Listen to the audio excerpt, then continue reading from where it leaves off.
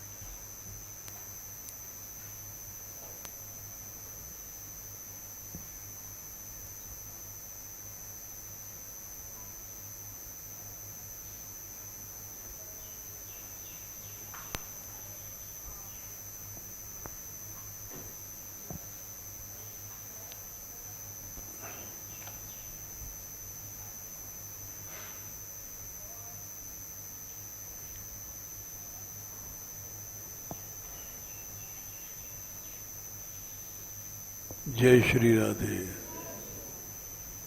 जय श्री राधे।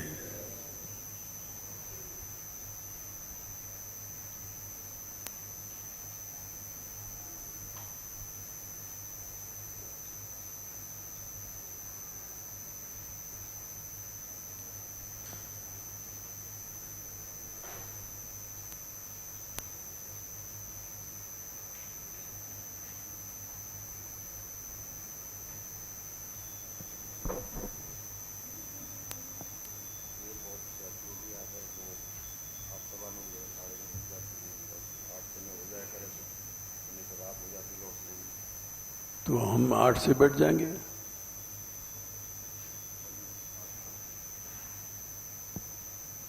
नहीं तो वो जाओ तो जाओ, कल से 8 से बैठ जाएंगे।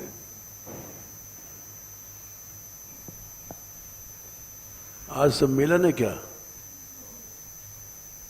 कहाँ है?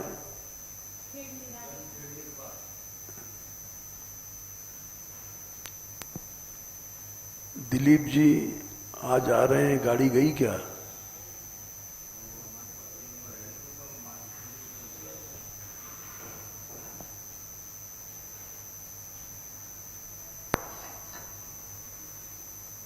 कौन कह रहा गई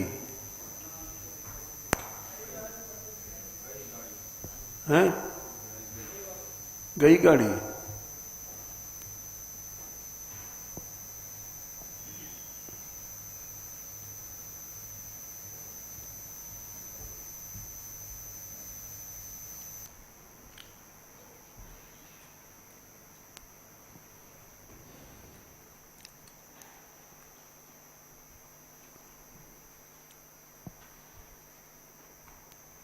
जय श्री राधे। जय श्री राधे।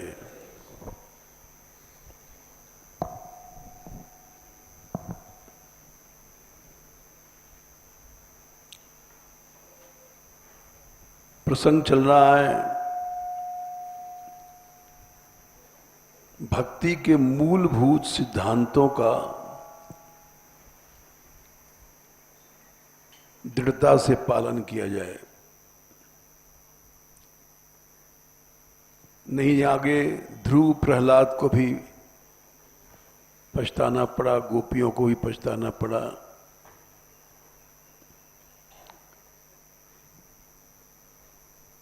रास महारास की प्राप्ति बाद भी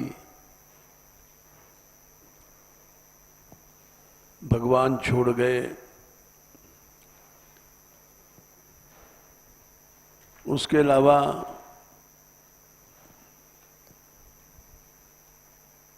बड़े बड़े उदाहरण हैं हनुमान आदि का।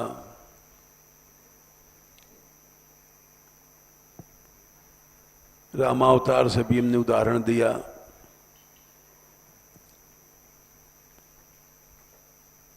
जरा भी अहम भाव आया मान सम्मान का, वो दूर हो गया भगवान से। हैं? भेज दिया, ठीक है। और उनको भी फोन करके पूछ लो कि गाड़ी गई है आपके वहां, वेट कर लेना। अच्छा ठीक।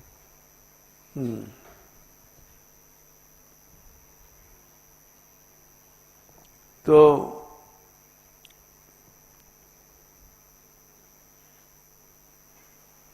हनुमान जी एक तरह से भगवान माने जाते हैं।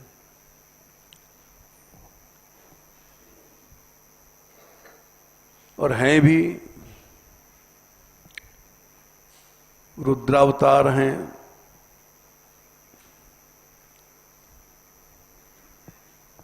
जही शरीर रति राम सो, तेई आदरहि सुजान। रुद्र देह तज नेह वस बानर भय हनुमान।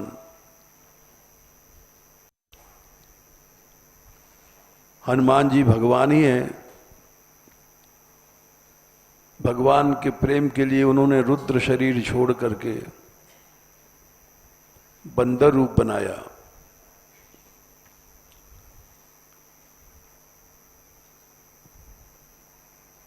जे शरीर रति राम सो, तेहि आदरहि सुजान। रुद्र देह तज नेह वश, बानर भे हनुमान।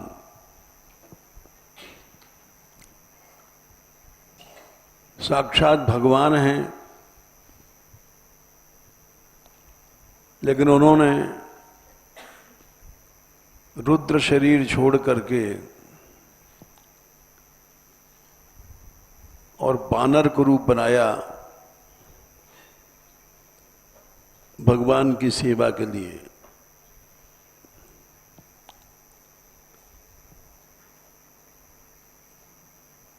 हनुमान बनने के बाद भी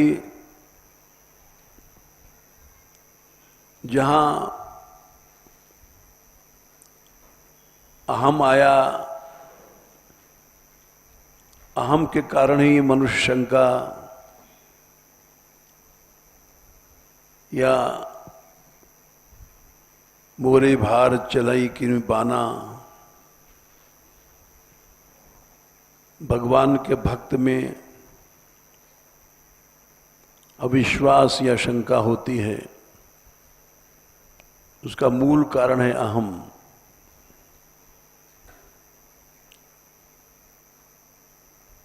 इसलिए उसी समय भगवान बहुत दूर चले जाते हैं। दूरम वसतोपि पुरयाम।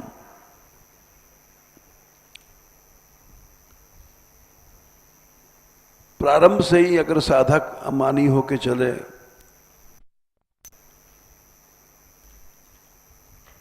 सहिष्णु होकर के चले, दैन्य लेकर के चले,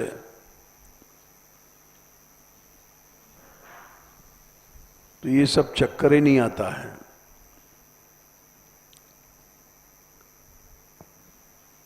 नहीं तो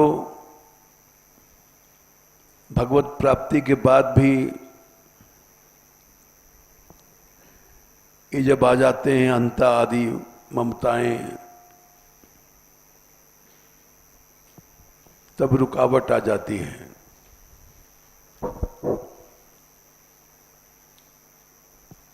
इसीलिए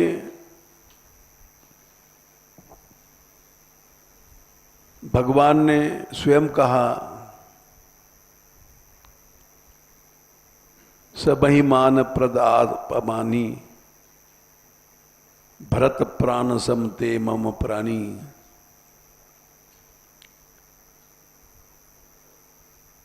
जो अमानी है वो प्राणों से प्यारा हो जाता है भगवान को।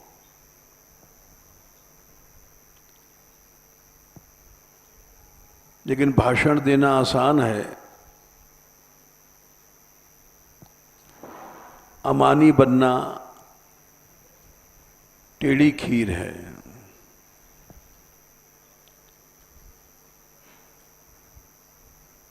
क्योंकि जितने भी विकार हैं वो अहम से पैदा होते हैं।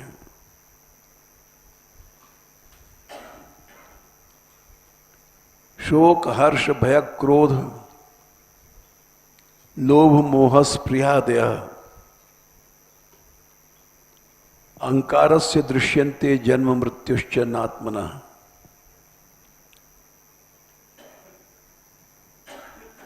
जन्म मृत्यु तक अहम से पैदा होता है।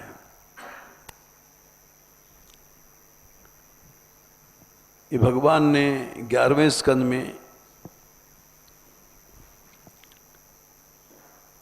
28वें अध्याय में ये कहा है। श्लोक संख्या क्या है? 15।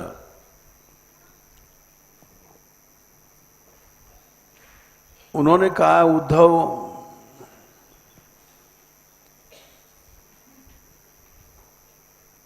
अनंत कुष्ठ कष्ट शोक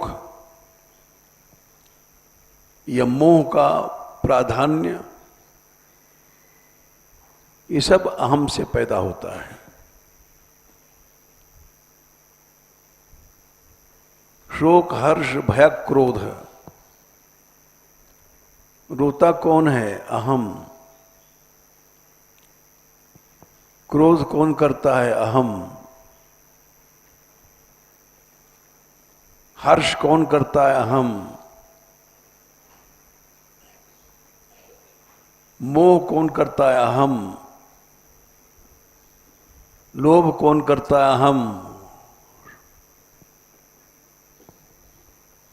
स्पृहा इच्छाएं क्यों होती हैं? अहम।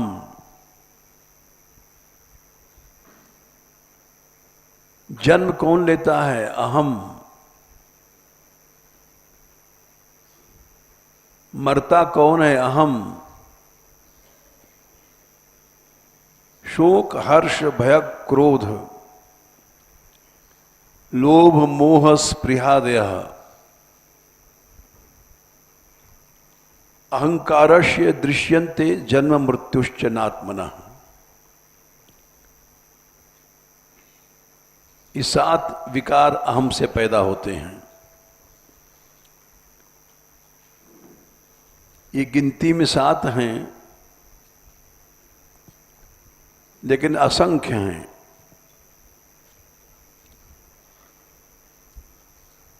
मोह सकल व्याधिन कर मूला, तेहि ते पुण्य उपजहि बहुशूला। अनंत दुख पैदा होता है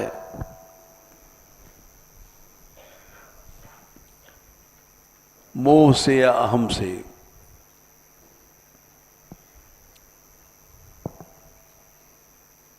इसलिए जिसमें अहम भाव चला गया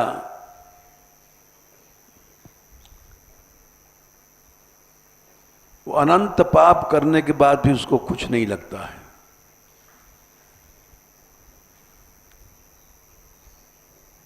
भगवान ने स्वयं 18वें अध्याय में कहा है, यस्य नाहं कृतो भावो बुद्धिर्यस्य निलिप्यते हत्वापि सैमान लोकान न हंति न निबध्यते। सारे संसार की हत्या करने के बाद भी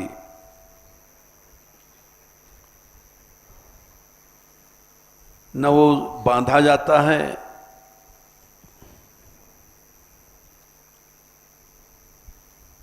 उसको कुछ नहीं होता।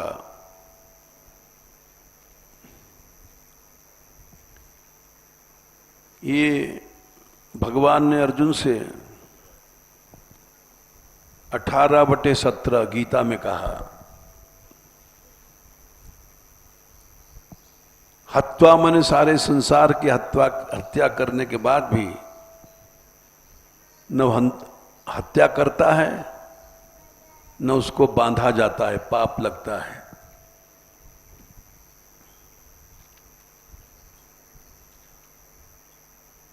इसीलिए जब दैन्य आ गया, दैन्य माने कि अहम भाव का घट जाना, नष्ट हो जाना,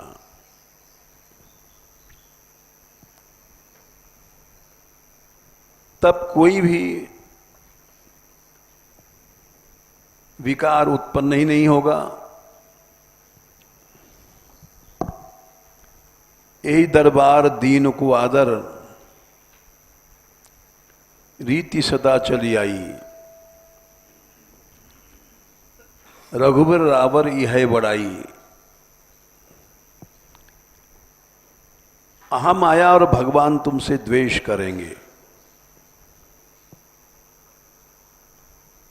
नारद भक्ति सूत्र में आता है,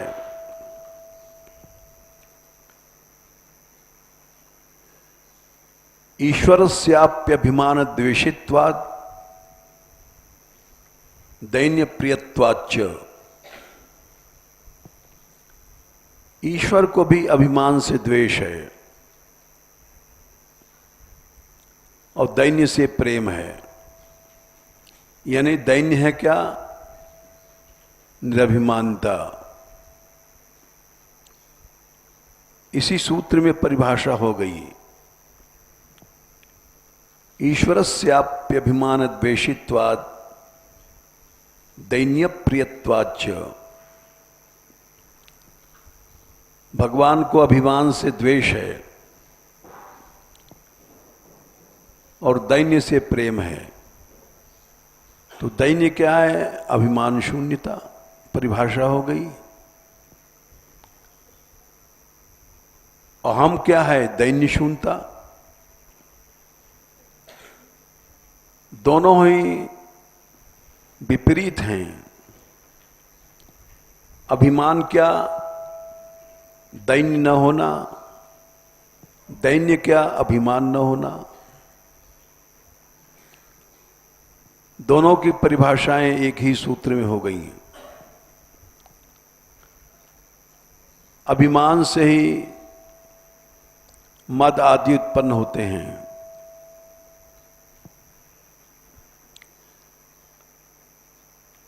ये मोह मद भगवान ने कहा अभिमान से पैदा होता है।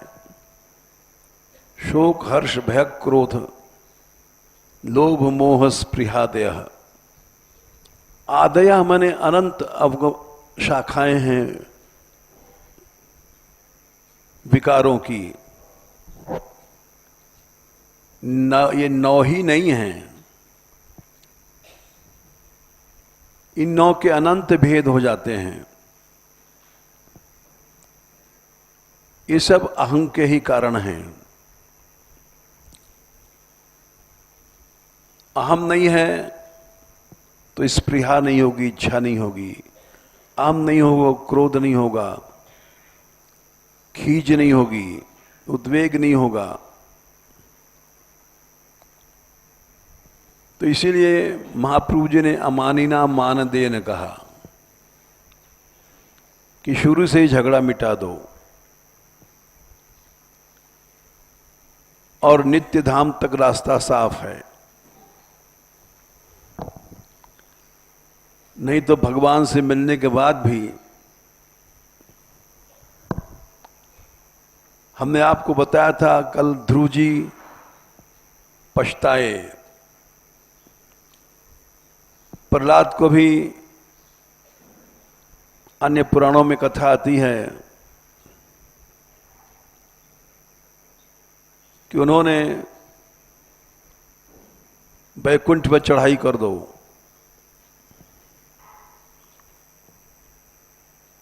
नारद जी आ गए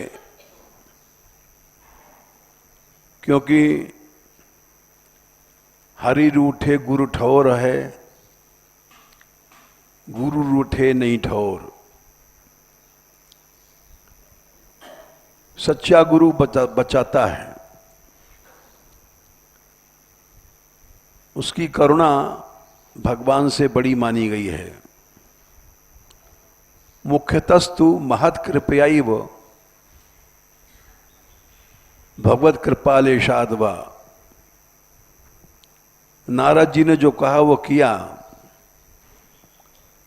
मुख्य है महत् कृपा। भगवत कृपा तो लेश थोड़ी सी काम देती है, मुख्य है महत् कृपा।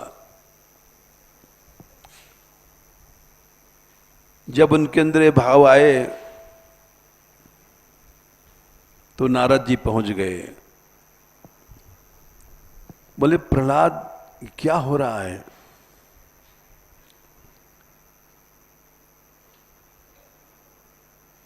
बोले गुरुदेव बैकुंठ पे चढ़ाई हो रही है।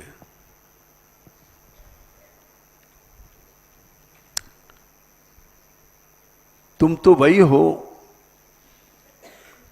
जो कहते थे बालस्य नेह शरणम पितरौ नृसिंह।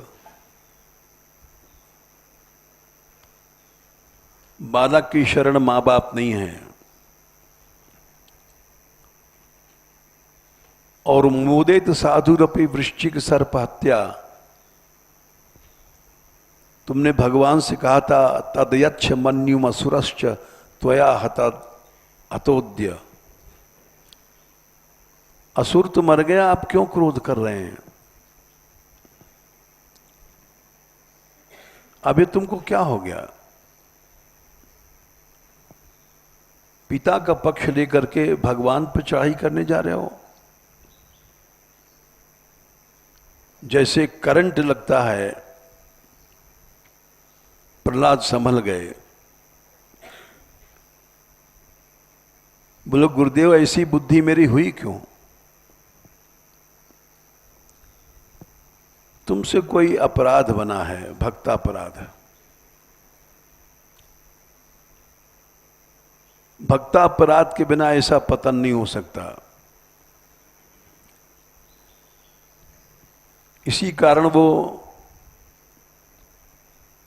जय विजय हिरणाक्ष बने,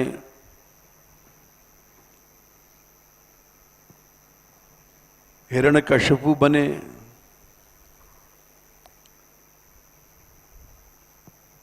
रावण बने, कुंभकर्ण बने, शिशुपाल बने, दंतवक्त्र बने।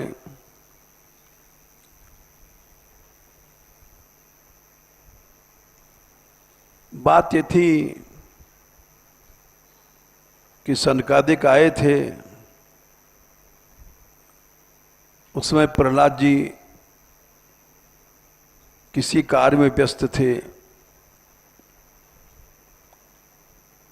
और उनका सम्मान नहीं कर पाए, अपराध लग गया।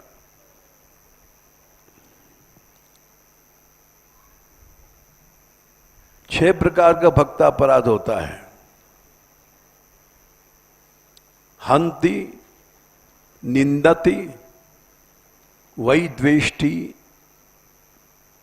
वैष्णवान नाभिनंदति, 4 क्रुध्यते याति नो हर्षम दर्शने पतनानि 6। हंत मारना, निंदति निंदा करना या सुनना, 2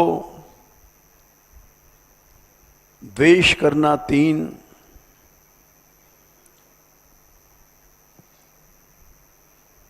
चौथा अभिनंदन, भक्त आ गया स्वागत नहीं किया, 4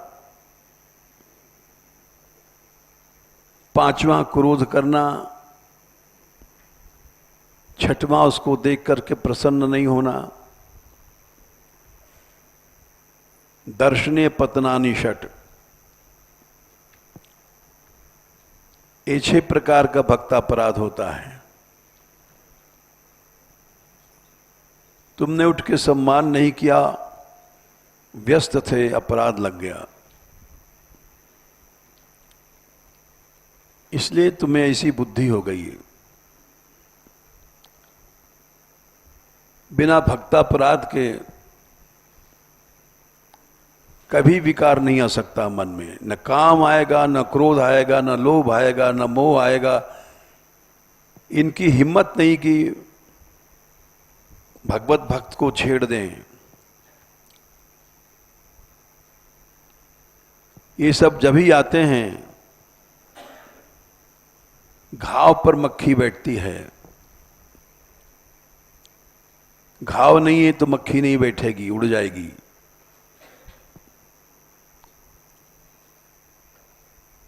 सबसे बड़ा पाप है भक्तापराध। और भक्त ही भक्तापराध करेगा। 10 आदमी रह रहे हैं, साधक हैं, आपस में तू मैं होती रहती है। देखो साधु समाज में कहीं भी घुस करके देख लो,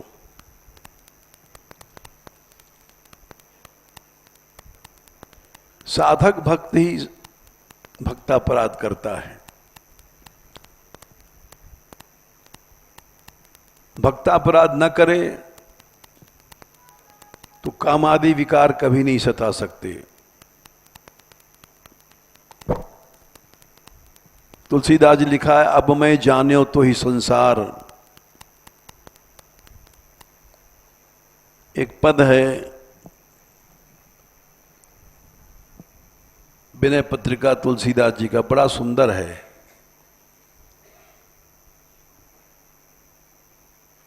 मैं तुझे जान गया माया, लो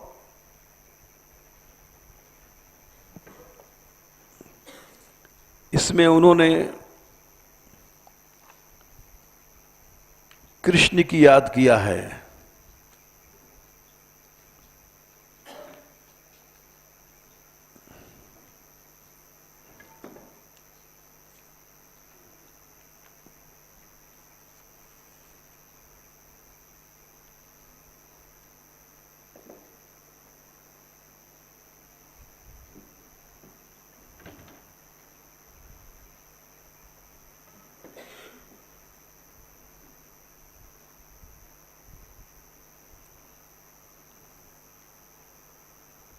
जय हृदय नंद कुमार, माया को ललकार के कहा है उन्होंने, जा तू वहां जा जहां कृष्ण नहीं है। चलो इसको पीछे देखेंगे, दे दो, ढूंढना पड़ेगा। जहां कृष्ण नहीं है तू वहां चली जा, हमारे पास नहीं आ सकती। तो भक्त के हृदय में तो कभी कामना पैदा ही नहीं हो सकती।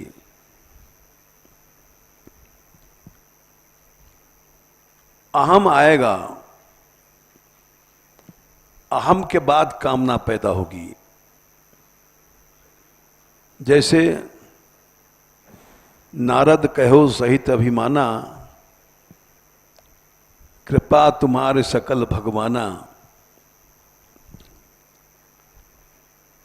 शब्द तो बोले कृपा है आपकी,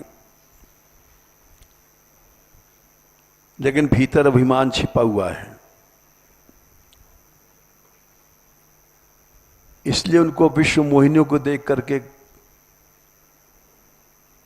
काम पैदा हुआ, और ऐसा काम नहीं है। जप तप सुमरन हुए निकाला, है विधि मिले कौन विधि बाला।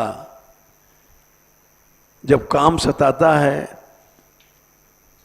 तो जप तप भजन भजन कीर्तन वीर्तन कुछ अच्छा नहीं लगता, सुमरन भी नहीं होता। और केवल मनुष्य यही सोचता है,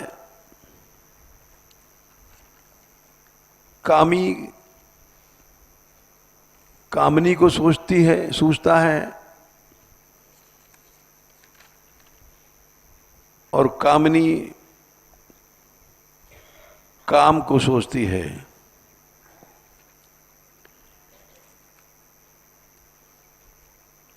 यही स्थिति हो जाती है। नारद जी को भी सुमरन छूट गया,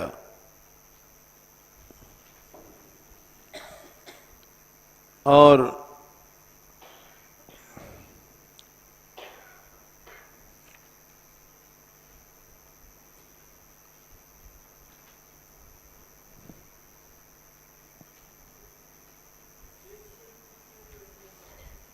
एक 130, हाँ 131 के पहले जब तब कछु न होई तहि काला, हे विधि मिले कवन विधि वाला। ये हालत हो गई नारद जी की।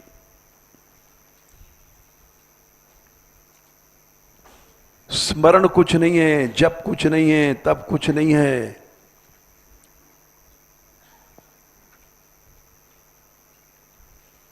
ऐसा काम सताया।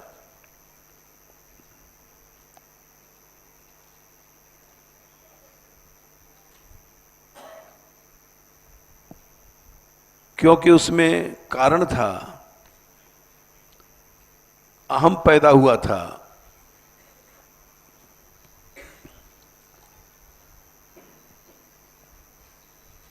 नारद कहो सदेवाना, कृपा तुम्हारी सकल भगवाना। यद्यप शंकर जी ने मना किया था कि भगवान के सामने अपनी प्रशंसा मत करना। सौ दीन उपदेश हित नहीं नारद ही सुहान। शंकर भगवान ने उपदेश दिया, बार बार बिनिमय मुनि तो ही, जिमी यह कथा सुनायो मोही। तिम जन हरियो सुनावो कबहू, चलो प्रसंग दुरावय तबहू। लेकिन उनको अच्छा नहीं लगा।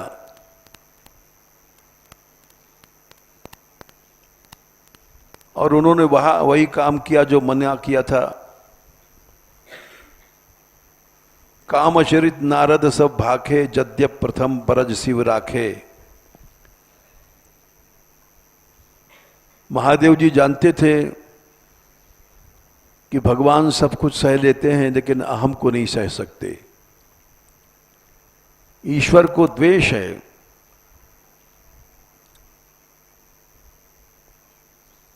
रूख बदन करि बचन वृद्ध बोले श्री भगवान। तुमरे सुमरनते मिटहि मोह मार मदमान। तुम तो महापुरुष हो, तुम्हारे स्मरण से मोह काम मद अभिमान मिट जाता है। सुनि मन मोह होय मन ताका, ताके ज्ञान विराग हृदय नहीं जाके। तुम तो ब्रह्मचारी हो। ऐसी बहुत सी बातें कहा, लेकिन वो भगवान के चरणों में सिर झुकाया। तब नारद हरि पद सिर नाई, कर रहे साष्टांग दंडवत, चले हृदय अहमिति अधिकाई। हृदय में अहम रहता है। मनुष्य ऊपर से दंडवत करता है, सेवा करता है, हृदय में अहम रहता है। उस अहम के कारण फिर क्षोभ, क्रोध, रोष ये सब पैदा होते हैं। इसीलिए रामायण में एक ही चौपाई है, राग रोष ईर्षा मद मोहु, जन इनके बस सपने हो। ये मद, ईर्षा ये सब अहम के विकार हैं।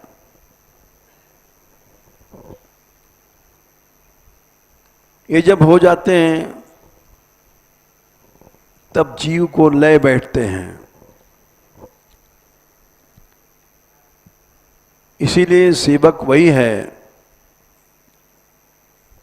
सहजोबाई लिखा, मारो झिड़को तो नहीं जाऊं, सरक सरक तुम ही पे आऊं।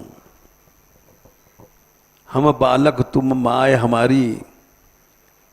बड़ा विचित्र पद है। पल पल माही करो रखवारी, निशिदिन गोदी ही में राखो। इत उत बचन चितावन भाखो। हम माया क्या छोड़ सकते हैं। तुम गुरु रूपी मां हाओ, विषय और जाने नहीं देवूं। ढुर ढुर जाओ तो गही गही लेवो। पहले इस पद को हम घंटों गाते थे। तुमरी रक्षा ही ते जीऊं, नाम तुम्हारो अमृत पीऊं।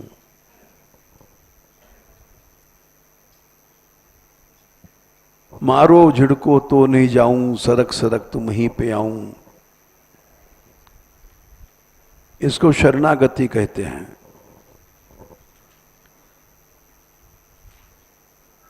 मारो, झिड़को, पीटो, कुछ भी करो, यही आचार्यों लिखा है। रुषा निरस्तोपि स्तनंधिया शशु। जो बच्चा शिशु है, स्तन पीता है, उसको मां गोद से पटक देती। रुषा निरस्तोपि स्तनंधया शिशु न जातु मातुश्चरणौ जिहासति। मां पटक देती गोद से बाहर, उसके चरणों को नहीं छोड़ता। रुषा, क्रोध से निरस्त, माने फेंक दिया। रुषा निरस्तोपि स्तनंधाया शिशु न जातु मातुश्चरणौ जिहासति। छोड़ने की इच्छा ही नहीं करता। इसको शरणागति कहते हैं। तो भगवान ने जब देखा कि ये गोपियों का मान हुआ है,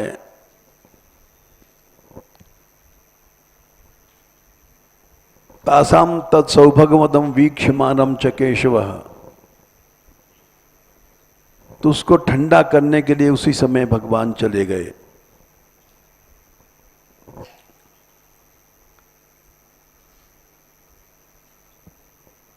पीछे ढूंढ लेंगे पद को, बड़ा सुंदर पद है। पहली कड़ी भूल गए हैं।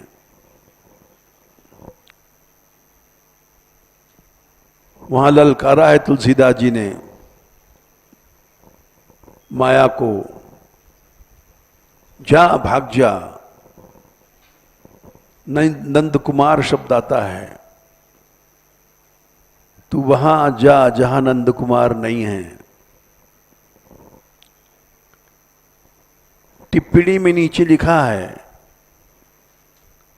इस पद की टिप्पणी में, कि यहां गोसाई जी ने, यानी उनके मन में कोई भेद नहीं था राम कृष्ण में, इसलिए नंद कुमार शब्द का प्रयोग किया है।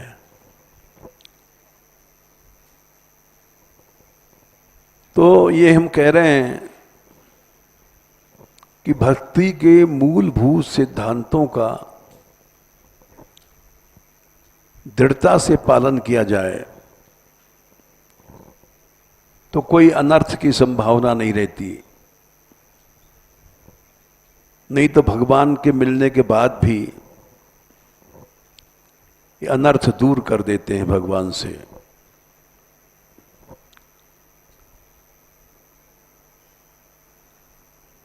जब श्रीमद् भागवत का प्रारंभ हुआ,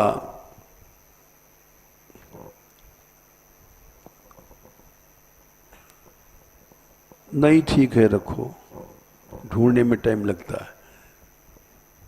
तो उस समय ये विचार हुआ, सबसे पहले पुरुषार्थ क्या है। पुरुषैः अर्थ्यन्ते इति पुरुषार्था। धर्म अर्थ काम मोक्ष।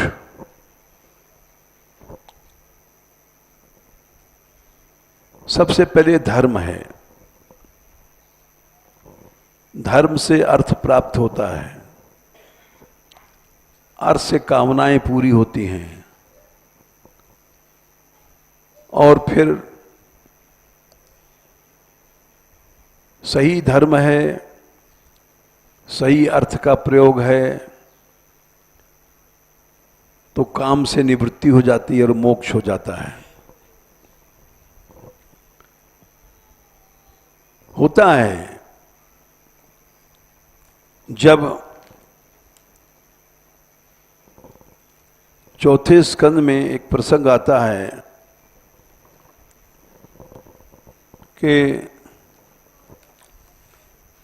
30वें अध्याय में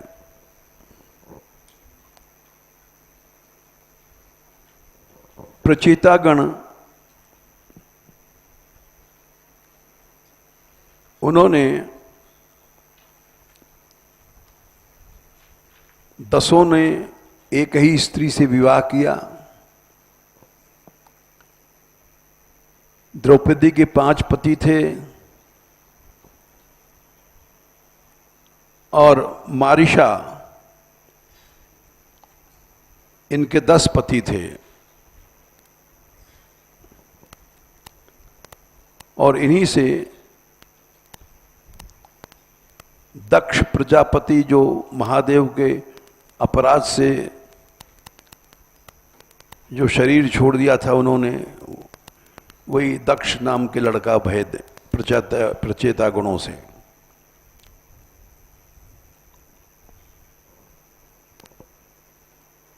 दस लाख वर्ष तक भोग भोगा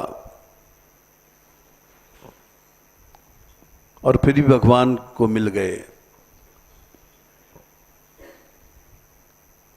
ये एक बड़ी विचित्र घटना है। अध्याय 30 चौथा स्कंद 17वां श्लोक। दिव्य वर्ष सहस्राणाम, 1000 को 1000 से गुणा कर दो, 10 लाख वर्ष।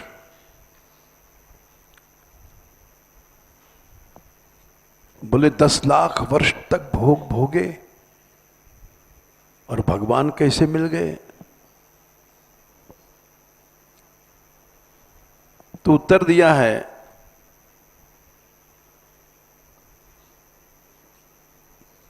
गृहेष्वाविष्टाम चापी, संख्या क्या है? 19, 4 30 19। कि गृहस्थ बुरा नहीं है,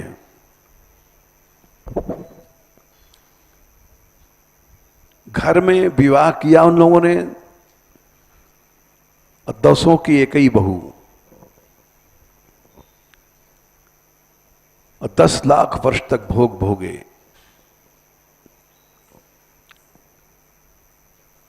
लेकिन पुंसाम कुशल कर्मणाम, गृहस्थ में भी रह करके कुशल कर्म करे। मद वार्ता यातयामा नाम, अयातयाम बन सकता है, जैसे हमने कल पढ़ाया था इन लोगों को।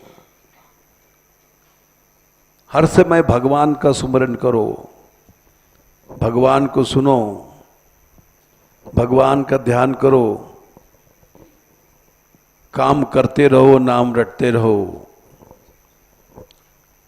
मद वार्ता यातयामा नाम, न बंधाए गृहा मता, तो वो घर बंधन नहीं होगा। भगवान से विमुख नहीं होगे। हर समय शृण्वतो ध्यायतो विष्णो कुर्वतो ब्रुवता कथा,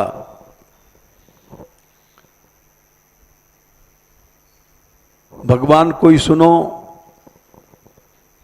उन्हीं की सेवा करो, उन्हीं की कथा कहो, ब्रुवता माने कहो, उन्हीं की चर्चा।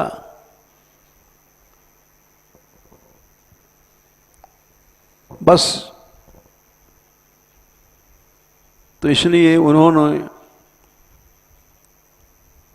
भगवान को स्तुति किया, भगवान प्रकट हो गए और उसके बाद नारद जी फिर आते हैं। 31वें अध्याय में नारद जी प्रचेता गणों को उपदेश देते हैं।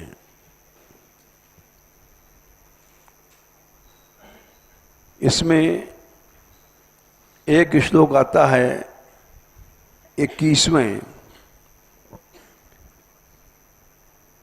कि तुम सब काम करना, भक्तापराध मत करना। न भजति कुमनीषणाम सैज्याम हरिरधनात्मधन प्रियो रसज्ञ।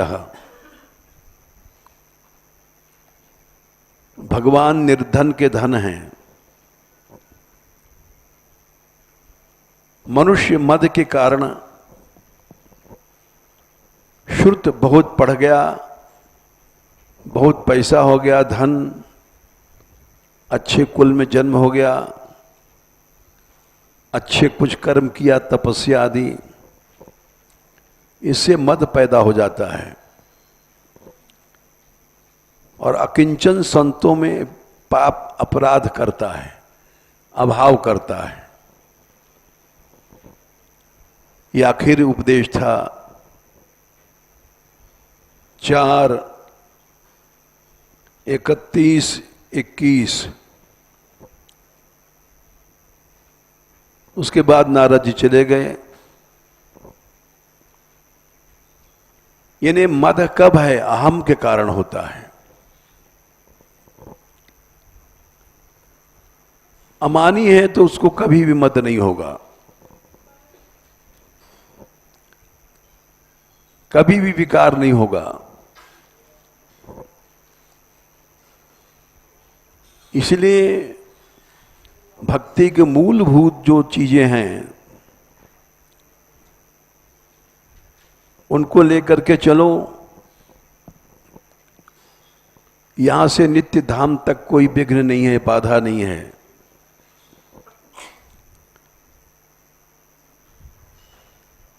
और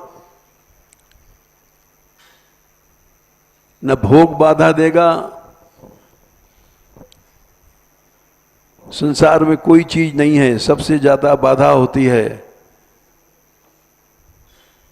श्रुत धन कल कुल कर्मणाम मदेरिये विदधति पापम अकिंचनेषु सस्सु। वो अगर तुम करते हो तो तुम कुमनीषी हो।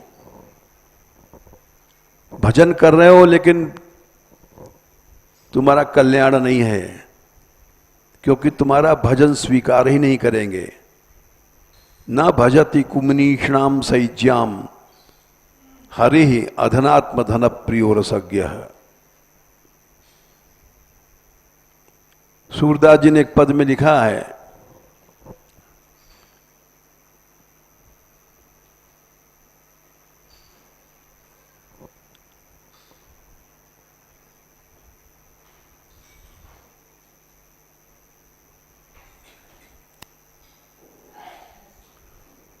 सूरदास भगवंत बदत है मोहि भजय पे पदमपुर जइहें। पहली कड़ी क्या है? श्रीपद दुखित भक्त अपराधे मम भक्तन सो बैर करत हैं सकल सिद्धि मोहि सो साधे। संतन द्वेष दोहिता करके आरत सहित मोहि आराधे। आर्त माने रो करके, आंसू बहा करके भगवान की उपासना कर रहा है। सात्विक भाव भक्ति के आ रहे हैं। लोग प्राय आंसू बहाते हैं तो देखने वाले कहते हैं बड़ा ऊंचा भक्त है, लेकिन वो आंसू के पीछे कहीं भक्तापराध तो नहीं है। संतन द्वेष दोहिता करके आरत सहित मोहि आराधे।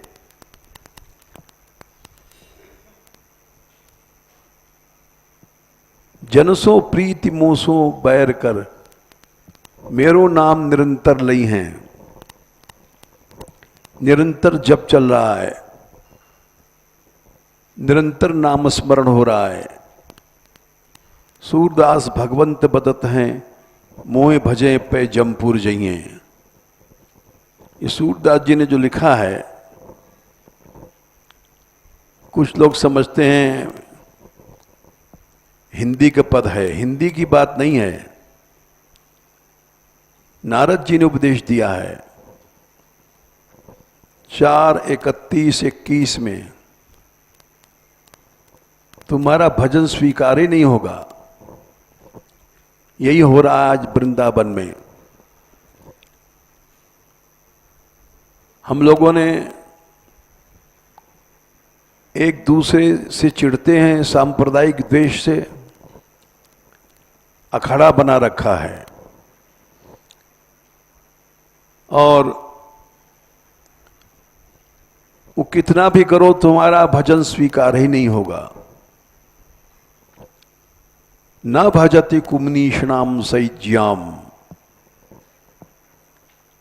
इज्जा तुम्हारी स्वीकार ही नहीं होगी। एक बार हम, बहुत पहले पुरानी बात है, श्री जी के मंदिर दर्शन करने गए थे।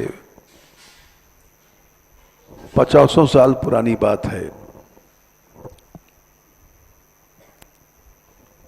बहुत बड़ा फूल बंगला, अन्नकूट, 56 भोग, ये सब एक दिन में ही था।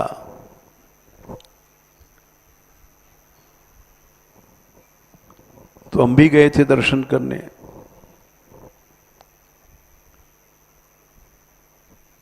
उस समय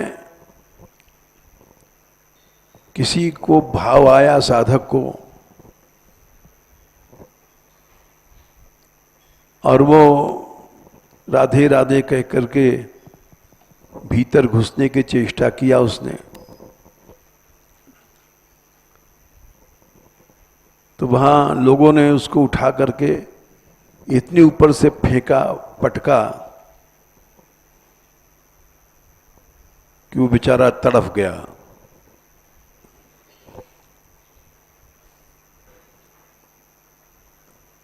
और जो धनिक था, जिसने इतनी बड़ी सेवा किया था,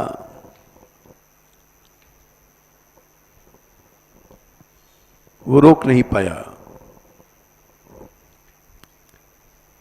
हम देख करके चले आए वहां सर से। और ये विचार हुआ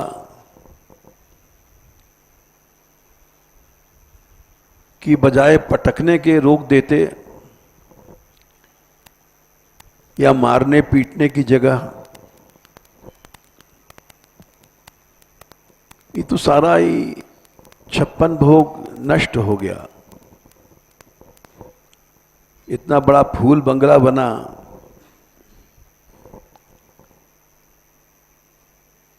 और ऐसी क्रूरता की गई। तो वहां श्लोक याद आया कि न भजति कुमनीषणाम सैज्याम हरि रधनात्म धन प्रियोर सज्ञ। भगवान तो स्वीकार ही नहीं करेंगे ये सब।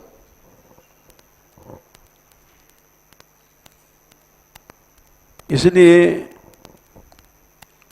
आवश्यकता होती है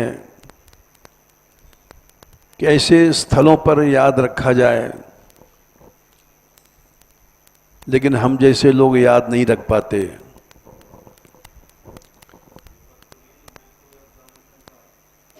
हाँ हाँ लाओ, ठीक।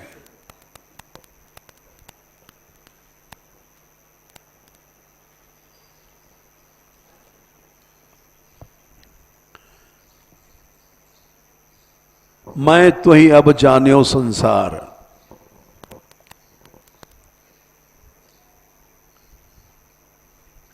पद 128-88, ये प्रसिद्ध पद है गोस्वामी तुलसीदास जी का।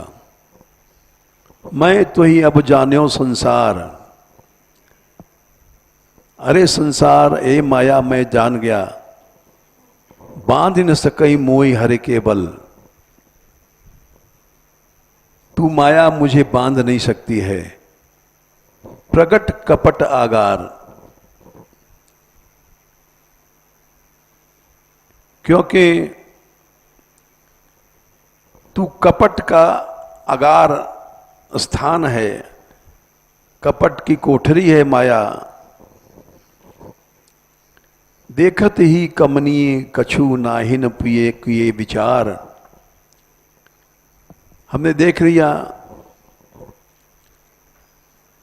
केला का पेड़ है, केले के पेड़ को के इतना बड़ा पेड़ है,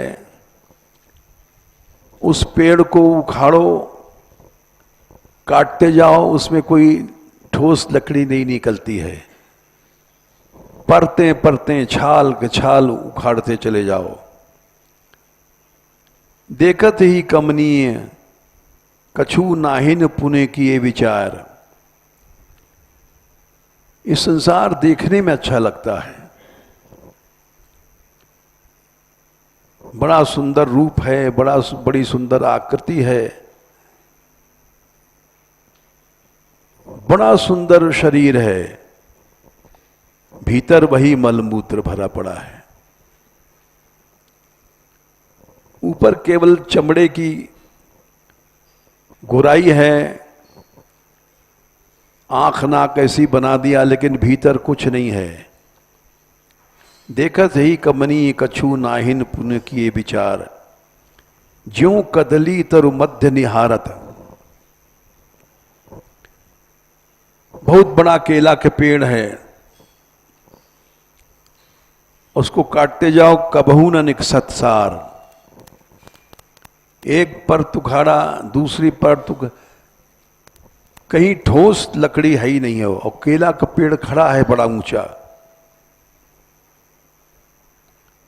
वैसे ही संसार है। करोड़ों स्त्रियां थी चित्रकेती को, करोड़ों स्त्रियों को भोगने वाला, कुछ नहीं मिला उसको।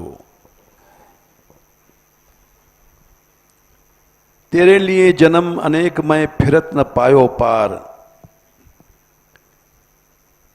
ए माया,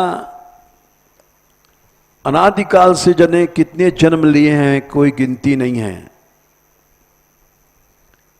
गिन नहीं सकता कि कितनी बार हम लोग जन्मे, कितनी बार मरे, अगणित। ब्रह्मा भी नहीं गिन सकते। महामोह मृग जल सरता मोह बोर्यो हो बारही बार।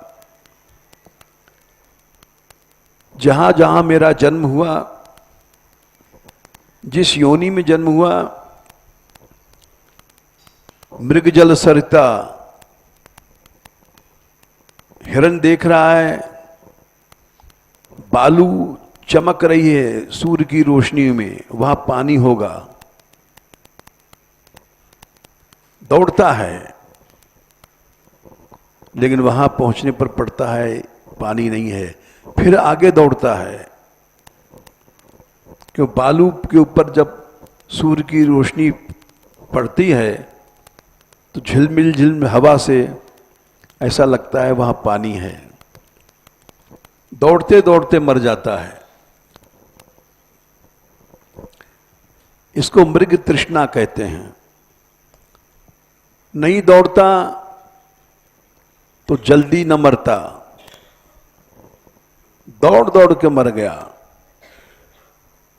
वैसे मनुष्य सुख के लिए भोग भोगता है, अगर भोग न भोगता तो काफी दिन जीता,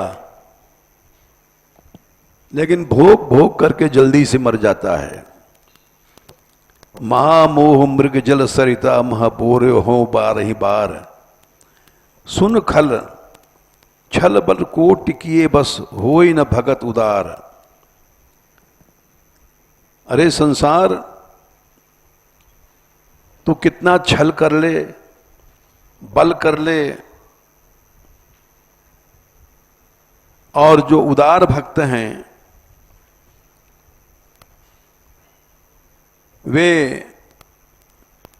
तेरे वश में नहीं हो सकते हैं। कंजूस नहीं, जो उदार हैं। कृपणा फल हेतवः उदारा सर्वैवैते ज्ञानी त्वात्मैव में मतः। भगवान ने गीता में कहा उदार भक्तों का कल्याण हो जाता है, कृपण लोगों का कल्याण नहीं होता। यही वो कड़ी है। सहित सहाय तहां बस अब जय हृदय नंद कुमार। टिप्पणी में लिखा है, इससे सिद्ध है कि गोसाई श्री राम और कृष्ण में कोई भेद नहीं मानते। नंद कुमार जहां पर श्री कृष्ण नहीं है, माया तू वहां चली जा अपने सहायक लोगों के साथ। तासों करहु चातुरी जो नहीं जाने परम तुम्हार। माया से मोहित कौन होता है? जो चतुर नहीं है। और हम तो जान गए हैं कि कदली के पेड़ के तरह तेरे भीतर कुछ नहीं है।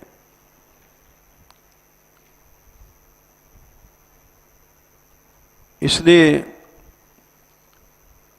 सो परि डरे मरे रजु अहिते बूझे नहीं व्यवहार। कोई आदमी जा रहा है, रस्सी पड़ी अंधेरे में, डर के कारण बैठ गया, अरे सर्प है।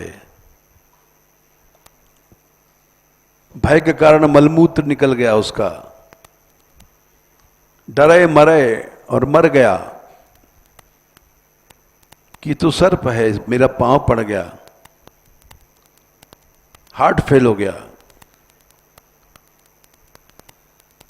झूठी रस्सी देख करके सो परि डरे मरे, माने उसका हार्ट फेल हो गया, मर गया। क्यों हो गया? रस्सी को सर्प समझ लिया था, इसलिए वो मर गया। उसी तरह से मनुष्य भोगों को सत्य मान लेता है, वो मरता है। कुछ नहीं है, एक मल मूत्र की प्राप्ति है और कुछ नहीं है। निज हित सुन सठ हठ न करहि जो चाहे कुशल परिवार। अगर भगवान के हे शठ अपने हित की बात सुन, अपने कुटुंबों सहित अगर कल्याण चाहता है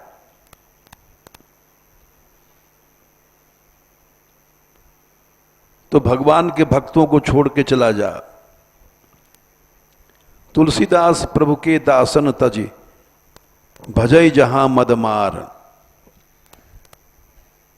जहां माया, भगवान के भक्तों के पास तेरा जादू नहीं चलेगा। वहां जहां मद मने अहम है और मार मने कामदेव। मद मने अहम यहां लिया गया है। जब अहम है तो वहां जरूर काम पैदा होगा। बिना अहम के भोग नहीं होता है। मैं भोगने वाला हूं, ये अहम उसके भीतर रहता है। ये भोग्या है, ये भेद रहता है। अगर ये भेद नहीं रहेगा तो भोग चले नहीं सकता। यही पद है, इसकी टिप्पणी में लिखा भी है कि भगवान कृष्ण के बारे में बोले माया वहीं सताती है जहां नंद कुमार हैं। इसलिए